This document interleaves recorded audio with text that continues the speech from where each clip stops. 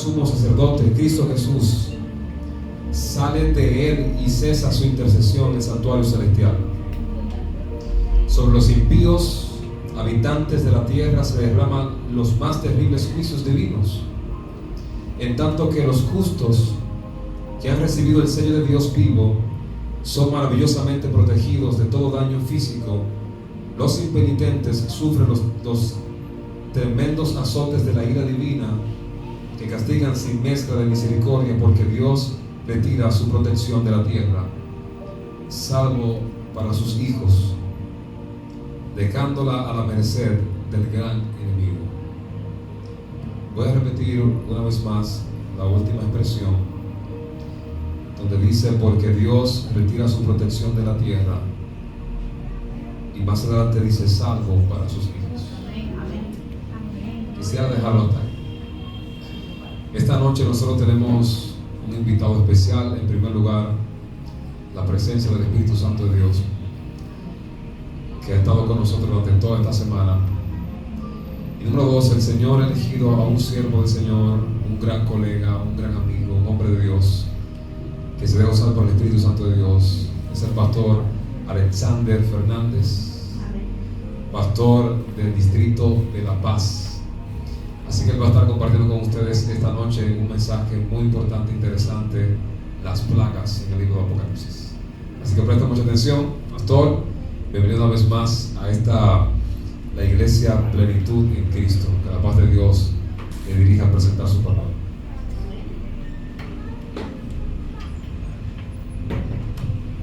Familia, buenas noches, feliz sábado.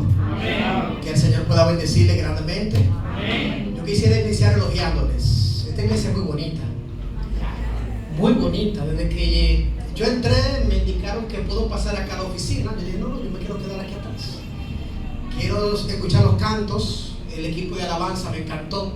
Yo estaba allá atrás gozándome. No sé si algunos se pudieron dar cuenta.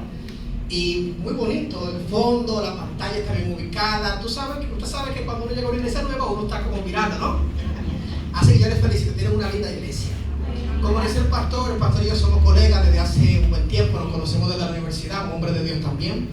Y a su amada esposa, a través de él, ¿verdad?, pude conocerle. Dios te bendiga. También conozco a algunos hermanos, poquito, ¿verdad? Conozco a algunos por acá. Conozco a Manuel, Dios te bendiga, Manuel, a su esposa también. Ella transporta a la niña mía hacia el colegio todos los días, ¿verdad?, de lunes a viernes.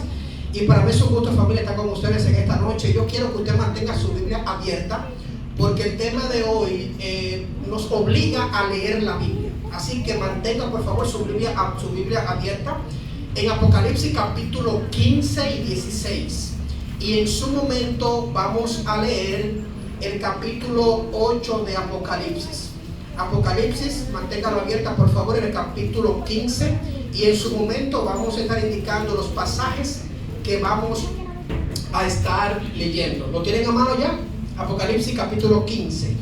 Voy a dar tiempo a que lo busquen.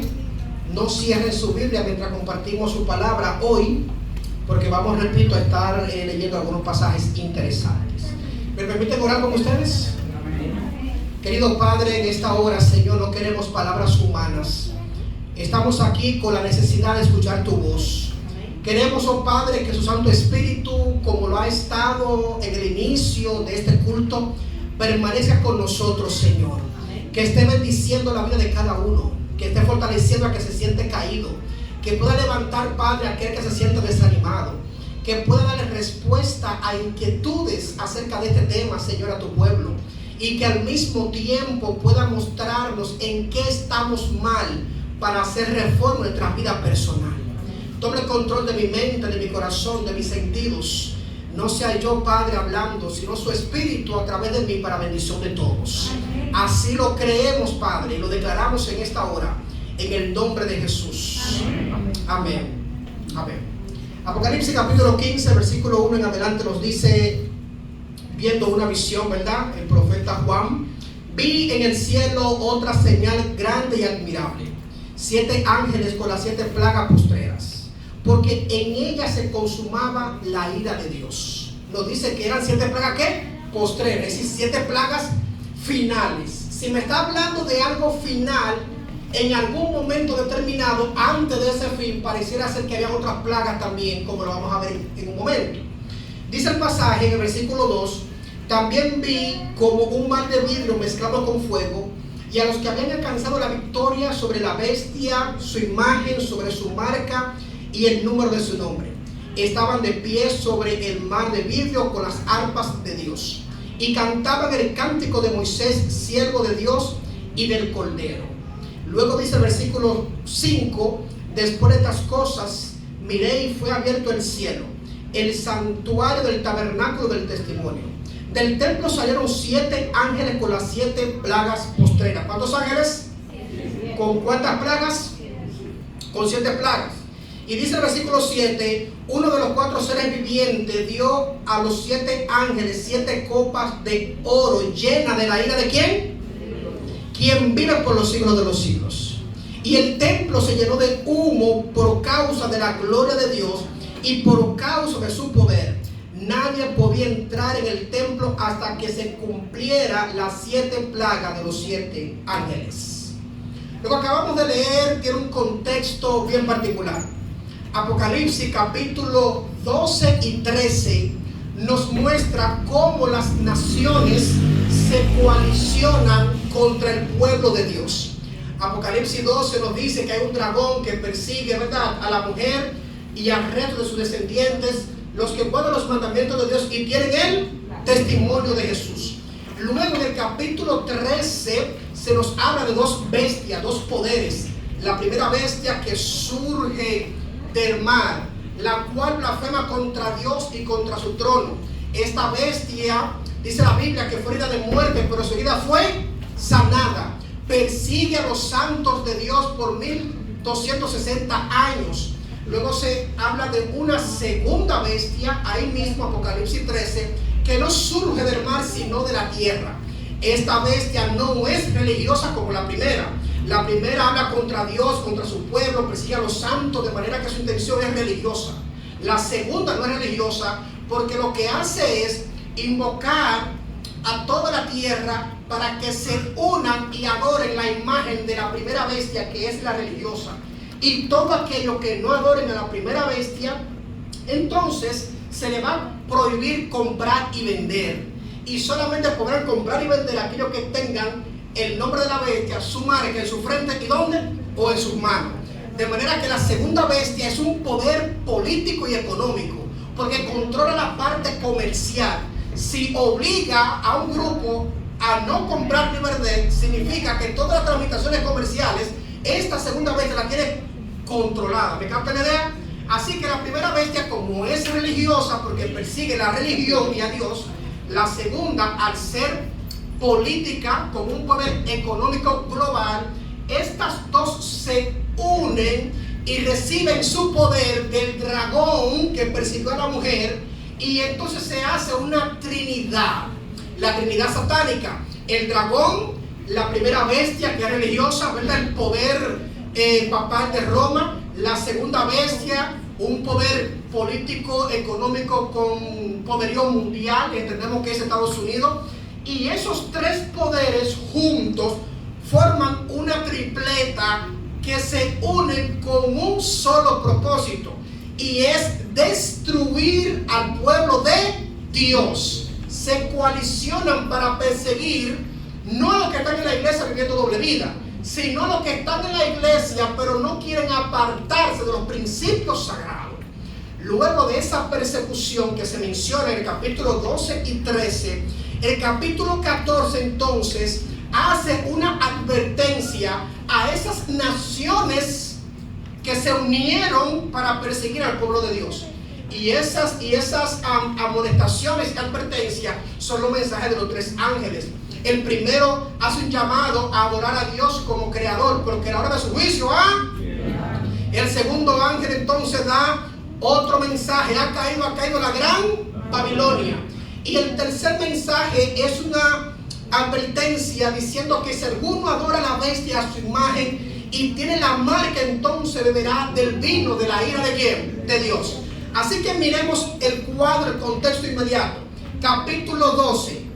El dragón persigue a los hijos ¿de quién? De la mujer. Capítulo 13. el papado y Estados Unidos representado en ambas bestias se unen para perseguir y controlar la parte comercial del pueblo de Dios, ¿ok? En el capítulo 14 se le hace una advertencia al mundo para que se aparten de esos poderes del mal, para que dejen de perseguir al pueblo de Dios, sino que se conviertan y se unan al pueblo de Dios. Y ahora viene el capítulo 15 de Apocalipsis, donde ya las naciones, el papado, Estados Unidos y el dragón, ya ellos ahora no están contra el pueblo de Dios, sino que ahora Dios prepara 7 plagas para derramarla contra las naciones que se unieron contra el pueblo de Dios. ¿Me capta lo que estoy diciendo? Así que Apocalipsis 12-13 se unen para perseguir al pueblo de Dios. Apocalipsis 14, una advertencia a esas naciones. Y como no escuchan el mensaje y siguen persiguiendo al pueblo, solamente un grupito, un remanente se une a ese pueblo de Dios. Ya Dios entonces se pone de pie en el santuario celestial y dice, ya está bueno. Y ahora, todo lo malo que le hicieron a la nación al pueblo de Dios, todo lo malo, ahora Dios se lo va a revertir hacia ellos a través de las 7 plagas. Principio número 1.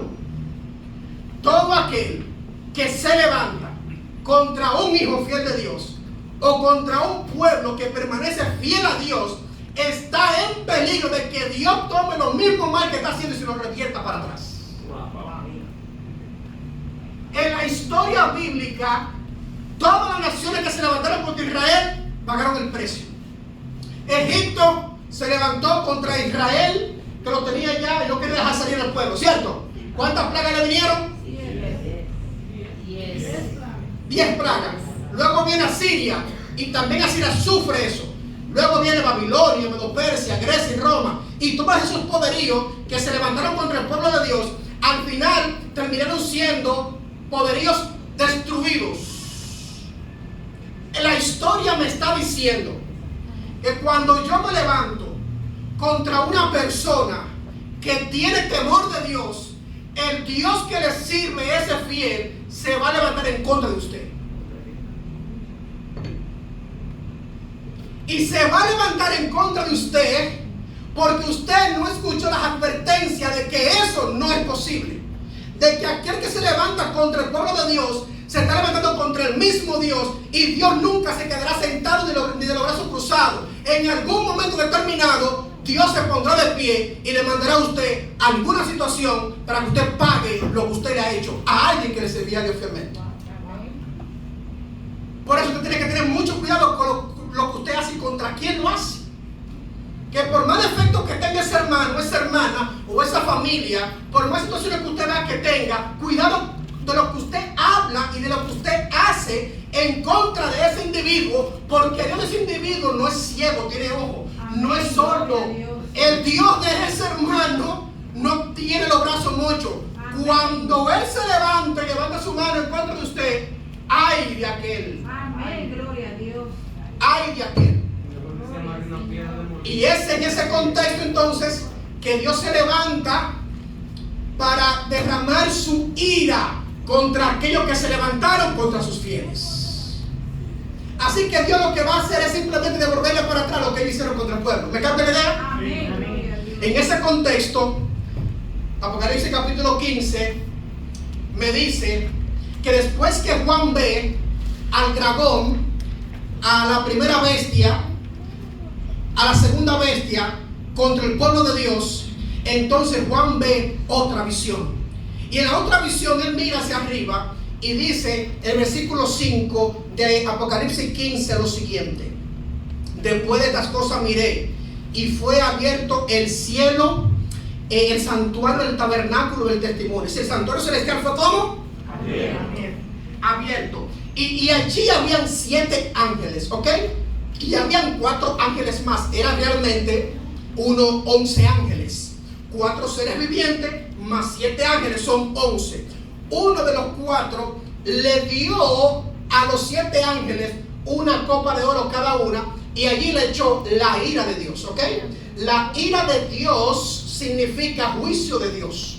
Romanos 1:18 nos dice que la ira de Dios se revela desde el cielo contra toda impiedad e injusticia que cometen los hombres. Así que cuando Dios derrama su ira, Dios está derramando su juicio. Por lo tanto, 7 copas de oro, 7 copas llenas de la ira de Dios, es 7 copas que van a ser juicio de Dios. ¿En qué? En la tierra. Y cuando Juan vio el santuario y vio los ángeles, el santuario fue lleno de la gloria de ¿quién? De Dios. Eso lo dice el versículo 8. Y cuando se llenó de la gloria de Dios como un humo, entonces los ángeles no pudieron ministrar, no pudieron quedarse tranquilos. Tuvieron que quedarse tranquilos, no pudieron ministrar. Todo se detuvo. ¿Por qué no pudieron ministrar? Porque el templo estaba lleno ¿de qué? De la gloria. Eso me recuerda lo que dice Éxodo, por ejemplo, capítulo 40, los versículos siguientes. Éxodo 40, 34 y 35. Cuando Moisés hizo el tabernáculo en el desierto, para un tabernáculo para ser movible, ¿verdad? ¿Se acuerdan de eso? Del santuario. Dice el texto que cuando Moisés lo hizo, la gloria de Dios llenó el tabernáculo y Moisés tuvo que salir y no pudo ministrar. Lo propio ocurrió cuando Salomón le construyó el gigante templo a Jehová. En Primera de Reyes capítulo 8 versículos 10 y 11. Primero de Reyes capítulo 8 versículos 10 y 11. Cuando Salomón hace el gran templo, de igual manera se llena de la gloria de Dios y no pudieron los sacerdotes ministrar. Ahora Apocalipsis me dice que cuando Juan vio el santuario celestial, también se llena de la gloria de Dios y allí no se puede ministrar. La pregunta es, ¿qué tipo de ministración se hace en el santuario terrenal y en el santuario celestial? Fuera el sacrificio y dentro intercesión. Cuando Moisés y Salomón, sus sacerdotes, no pueden ministrar, lo que está diciendo es que no pueden interceder por el pueblo, porque la gloria de Dios había llenado el lugar. Cuando Juan ve que el santuario celestial se llena de la gloria de Dios, que no pueden los ángeles ministrar ahí dentro, significa que en ese momento no hay intercesión en el cielo. Eso significa que lo que va a acontecer ahora ocurre después que se detiene la intercesión en el cielo en favor de los seres humanos en la tierra. En otras palabras, cuando caen las 7 plagas, ocurre cuando el que está sentado en el santuario celestial se pone de pie y no hay intercesión. En otras palabras, la oportunidad de arrepentimiento ya no es posible. La oportunidad de volverse del camino incorrecto ya no es posible. En ese momento ya el santo sigue siendo el impuro, el injusto. Ahí ya no hay reversa. El vehículo es para adelante, que hermanos. Y después que se cierra entonces el ministerio de la intercesión, ahí es que dice Apocalipsis capítulo 16 que vienen 7 plagas. Y ahora yo creo que usted ponga un poquito de atención porque vamos a estudiar un poquito algo interesante.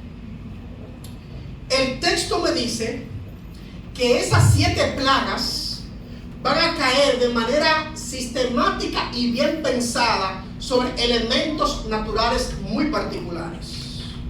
Por ejemplo, la primera plaga, Apocalipsis 16, 2, dice que el primer ángel derramó su copa sobre la tierra. ¿Sobre qué?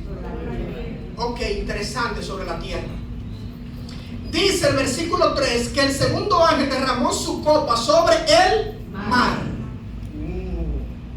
Tierra y mar. Interesante. El tercer ángel, versículo 4, derramó su copa sobre los ríos y sobre las fuentes de las aguas. Ok. Tierra, mar y ríos. Interesante. Versículo 8. El cuarto ángel derramó su copa sobre el sol, el mundo astral. Interesante. Y ahora nos dice el versículo 17: el séptimo ángel derramó su copa sobre el aire. Deténgase allí, por favor, por un momentito. El primero sobre la, el segundo sobre él, el tercero sobre él, ¿verdad? El cuarto sobre él, y la última plaga sobre el os.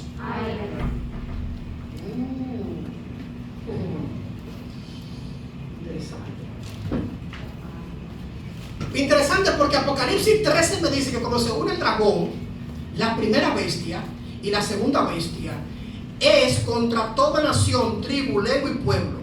La primera bestia de Apocalipsis 13 surge del mar. La segunda de la. ¿Y dónde cae la primera plaga? ¿Y la segunda? Ok. El mensaje del primer ángel nos dice que debemos adorar a Dios, que creó los cielos, la tierra, el mar y la fuente de la. Cuando en la Biblia usted lee en un mismo texto tierra y mar, se está refiriendo al globo terráqueo. La tierra está compuesta de agua y de tierra, así que eso es un merismo. Tierra y mar significa globo terráqueo, el mundo completo. La primera bestia del mar, la segunda de la tierra, las dos se unen y controlan el mundo. Ahora, el mensaje del primer ángel es adorar al Dios que creó cielo, tierra y mar y las aguas. Significa que es el Dios que creó el mundo. Okay. Ahora, las plagas caen sobre tierra, mar, fuente de agua, y sobre el mundo. De modo que las plagas no caen en Israel, sino que son plagas que son globales. Y esas plagas van a caer en los mismos territorios que el poder satánico controló en la tierra. Esto me recuerda también la creación en Génesis 1. En el principio creó Dios los cielos y la tierra. Lo que pasa es que, a diferencia de las 7 trompetas, las 7 plagas ocurren de manera general al mismo tiempo. Un punto importante: las 7 trompetas y las 7 plagas son muy similares. Vayan conmigo rapidito a Apocalipsis 8 para que veamos eso. Apocalipsis 8 nos dice, versículo 7: el primer ángel tocó la trompeta y hubo relámpago y fuego mezclado con sangre que fueron lanzados sobre la. La primera plaga fue sobre la segunda, la tercera, los ríos, la cuarta, el sol. Ok, la primera trompeta cae sobre la tierra. La segunda trompeta tocó y algo como un terremoto ardiendo con fuego fue precipitado en él.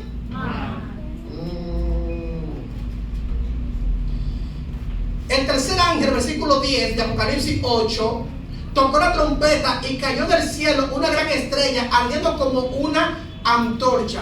Cayó la tercera parte de los ríos y sobre la fuente de las tierra, mar y agua. Versículo 12: el cuarto ángel tocó la trompeta y fue herida la tercera parte del sol. Interesante, ¿no? Lo que está diciendo Apocalipsis es lo siguiente: la primera trompeta, tierra, mar, ríos y sol. La primera plaga, tierra, mar, ríos y sol. ¿Cuál es la diferencia si es prácticamente lo mismo? La diferencia es que la trompeta afecta a la tercera parte del río, la tercera parte del sol. ¿Qué es la tercera parte? Si usted tiene 100 pesos, usted me da 25. Eso me imagino que es la tercera parte, ¿cierto o falso? Más o menos. Una cuarta parte. ¿La tercera parte cuál sería? 33.3. Gracias por el cálculo. Así que la trompeta afecta del 100% al 33.3. Así que no afectan todo realmente.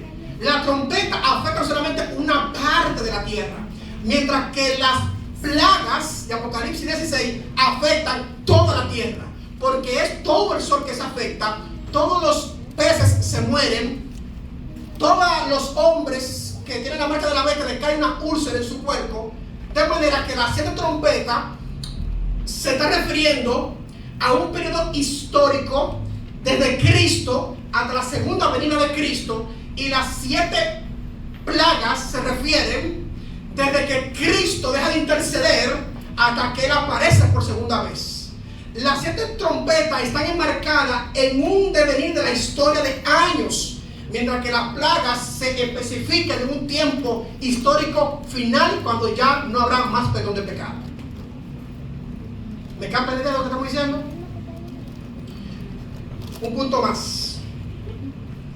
Cuando Juan está hablando de las 7 plagas, él está pensando en la misma historia de Israel cuando estuvo en Egipto.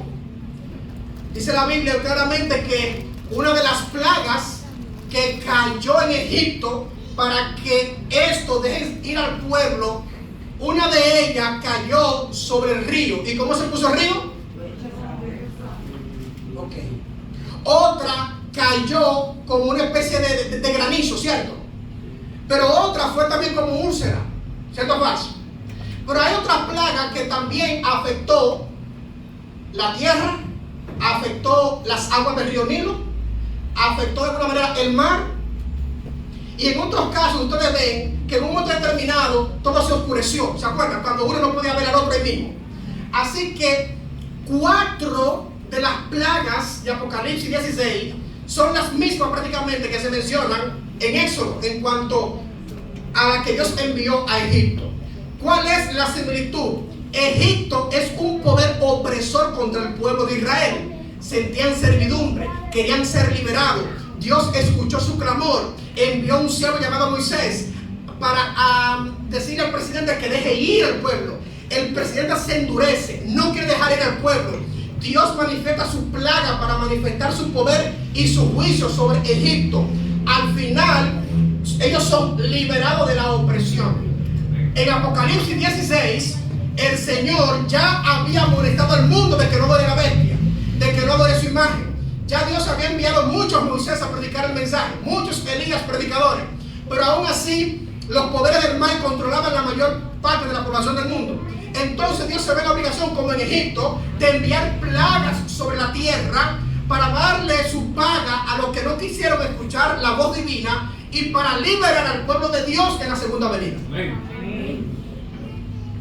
Lo que está diciendo es lo mismo que ocurrió en Egipto con el pueblo de Israel, es lo mismo que va a ocurrir en el tiempo del fin. Y lo que más llama mi atención es el hecho de que las plagas, cuando caen sobre la tierra, en vez de arrepentirse la gente, ¿sabe qué hacen? Como Faraón, endurecen más su corazón. Mírenlo conmigo, Apocalipsis 16. Vaya rapidito. Apocalipsis 16, versículo 11. Cuando cayó la quinta plaga, dice: y blasfemaron contra el Dios de los cielos por sus dolores y por sus úlceras, y no se arrepintieron. ¿Qué lo hicieron? No se arrepintieron. Un texto más, dice el versículo, por ejemplo, 18 en adelante. Entonces hubo relámpago, voces, trueno, gran terror sobre la tierra, un terremoto tal cual no ha habido jamás desde que los hombres existen, ni hay memoria acerca de ello. Versículo 21, del cielo cayó sobre los hombres un enorme granizo, como del peso de un talento, y los hombres blasfemaron contra Dios por la plaga del granizo, porque su plaga fue sumamente ¿qué? Grande. Si la gente blasfeman en vez de arrepentirse. Otro texto más, versículo 9. Los hombres fueron quemados con gran calor y blasfemaron el nombre de Dios. 3 veces se menciona que que los hombres blasfeman contra Dios y contra todo lo que tiene que ver con Él. Así que las plagas, en vez de traer un arrepentimiento, traen un endurecimiento. Cuando Dios derrama las plagas sobre Egipto, en vez de traer arrepentimiento al faraón, ¿qué provocó? Endurecimiento. Porque las plagas no son para traer al arrepentimiento, ni para llamar al mundo a conciencia. No, ya Dios llamó al mundo a conciencia con el mensaje de los 3 ángeles. Ya como el mundo no hizo conciencia, entonces las plagas vienen simplemente para ilustrar los juicios de Dios.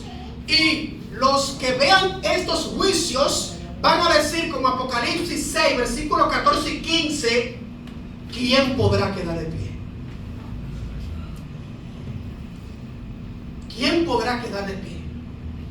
Llega un punto en el que Dios te advierte, Dios te habla por un libro, por el pastor, por el anciano. Dios te habla aquí en el templo. Dios te habla a través de un mensaje por la radio. Dios te habla con un ring de las redes sociales. Dios te permite un cáncer. Dios te permite una úlcera. Dios te permite muchas veces que tu casa se desplome con una tormenta, con un huracán, con algún fenómeno extraño. Dios permite muchas veces que te den una infección. Y de una vez tú comienzas a blasfemar y tú comienzas a decir, pero ¿por qué Dios? ¿Pero por qué a mí? Si yo soy un hombre de Dios, ¿por qué vivir en esta crisis? ¿Y será que Satanás fue el que me mandó esto? No fue ningún Satanás. Fue quizá el mismo Dios para despertarte, para que entiendas que estás mal, para que arregle tu vida. Hay cosas que Dios envía a nosotros que son catastróficas. Es para abrir los ojos porque creemos que estamos bien, pero estamos mal. Y llegará un punto en el que ya nos vamos a ser insensibles a la voz de Dios.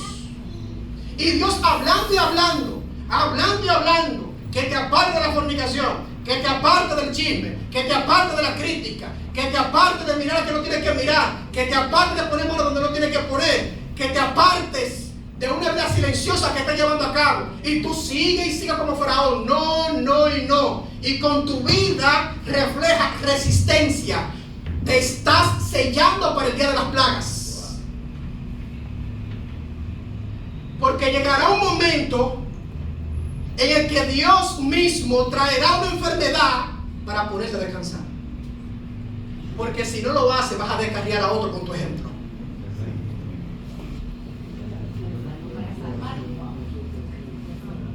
Y muchas veces Dios, para salvar a 2 o 3, tendrá que matar a otros. Y lo tomamos a la ligera.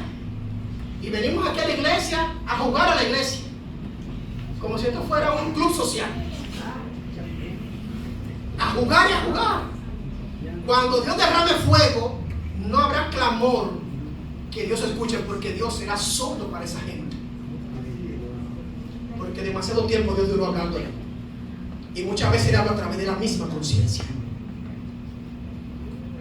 Por eso, los profetas del Antiguo Testamento, los profetas menores, siempre decían: pueblo, dejad la idolatría, apártese de los malos caminos, porque viene el día grande de Jehová, día de angustia como nunca hubo en la tierra, día de oscuridad y de tiniebla, día de espanto, día de terror.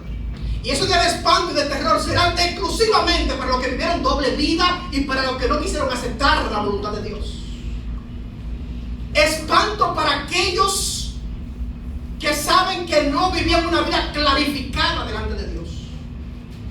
Pero para aquellos fieles que sufrieron bullying por Dios, que sufrieron resistencia por Dios, que perdieron trabajo por la causa de Dios, que perdieron salud por la obra misionera, que dejaron el todo por Dios, esos, a ninguno de ellos le cayó la plaga.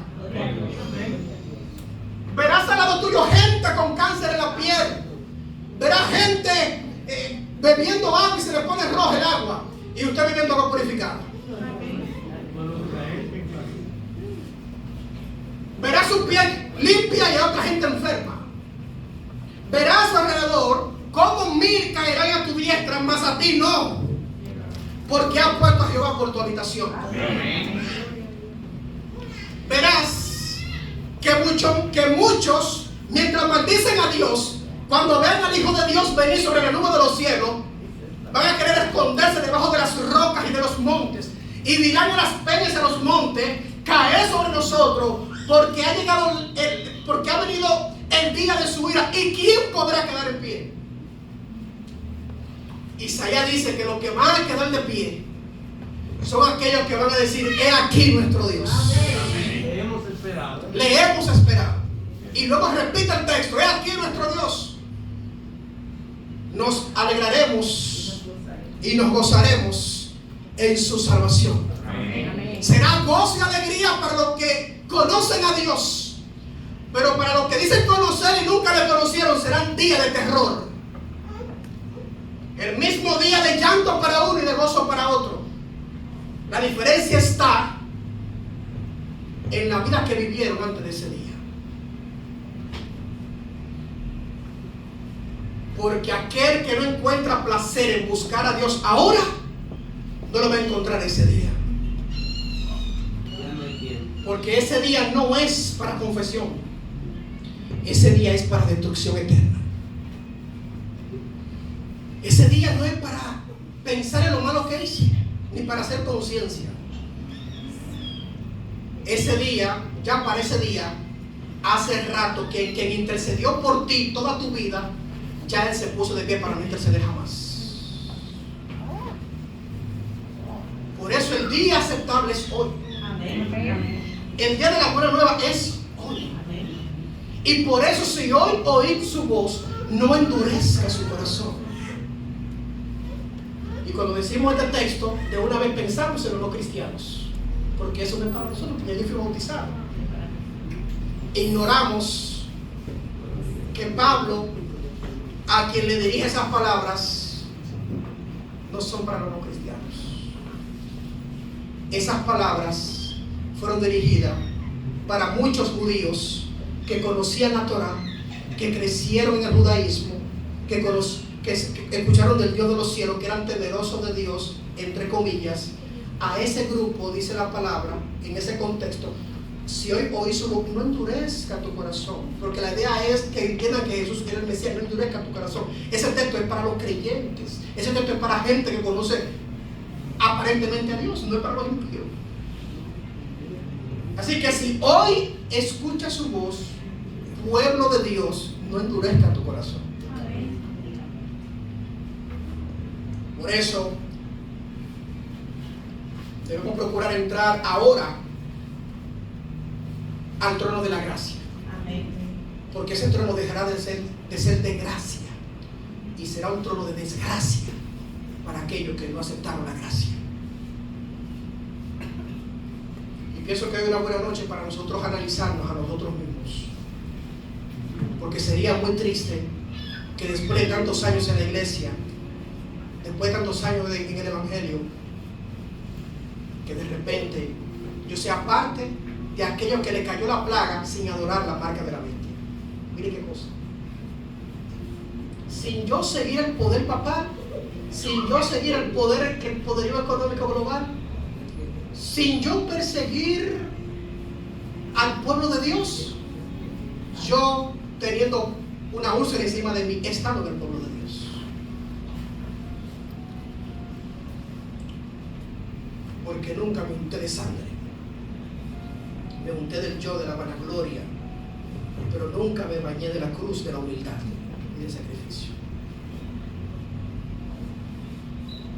Día grande viene, un día grande. Día grande viene y cerca está. Cuando muchos, oh hermano, apercibido estás. Amada iglesia, le pregunto: ¿habrá una persona aquí que no es cristiano y le gustaría aprovechar la oportunidad que Dios le da de entregar su corazón a Jesús? Si hay una persona así, hoy te invito, si eres tan amable, levanta tu mano porque me gustaría orar por ti, para que el Todopoderoso trabaje en tu vida para la vida eterna. Habrá una persona no creyente o que se fue de la iglesia o nunca ha sido de la iglesia y le gustaría comenzar a preparar su vida para estar de empatía a aquellos que van a recibir a Dios con gozo. ¿Habrá una persona aquí hoy? Un amigo, una amiga que necesitaría oración? Señor, me gustaría acercarme más a ti, no por miedo, pero sí porque ya yo estoy advertido de que vienen días grandes, terribles. Yo quiero ser parte de los salvados. Amén. El segundo llamado es para un hermano de la iglesia ya bautizado, que sabe la vida que está llevando y necesita comenzar a hacer reforma hoy de manera seria, porque la muerte lo puede alcanzar, el enemigo lo puede destruir, o Dios le puede enviar una enfermedad de muerte para que su mal testimonio no permita la perdición de otros. Y quiere hoy decir: Señor, yo necesito ponerme a cuenta contigo. Amén. Algo que hermano así esta noche, que con toda humildad reconoce que aunque no ande en la calle de manera libertina, pero reconoce que necesita hacer cambio en su vida. ¿Hay un hermano así aquí? Amén. ¿Se pone de pie conmigo?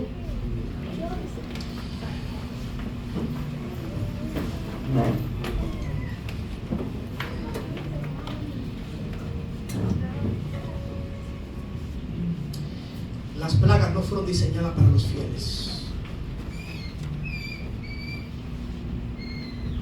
Y no es que Dios va a derramar plagas porque Dios odia al ser humano. Simplemente Dios le va a dar al ser humano lo que el ser humano mismo ha buscado con sus malas acciones.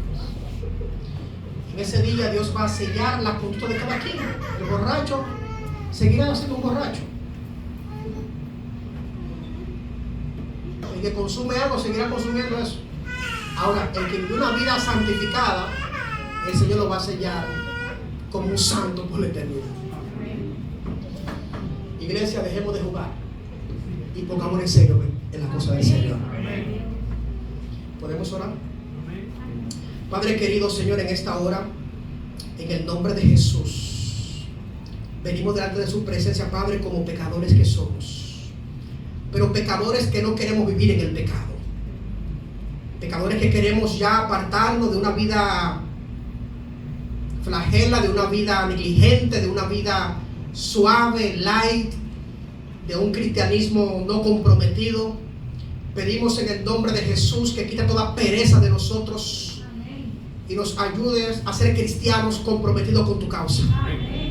Sobre todo, Padre, cristianos comprometidos con la oración, con el ayuno, con su palabra, Señor, con la asistencia a la iglesia, con el involucramiento a los ministerios. Hombres y mujeres que no sigan la corriente de este mundo. Hombres y mujeres tan consagrados a ti, que cuando venga ese día final donde ya la intercesión celestial no sea más, nuestros caracteres estén perfeccionados y sellados para la vida eterna. Te pido, Padre, que perdone la vida de alguien que está aquí, que está viviendo una vida oculta. Padre, ten misericordia, Señor. No te canses de hablarle, no te canses de inquietar su ser. No lo dejes tranquilo, Señor. Si tienes que provocarle un susto, provócalo.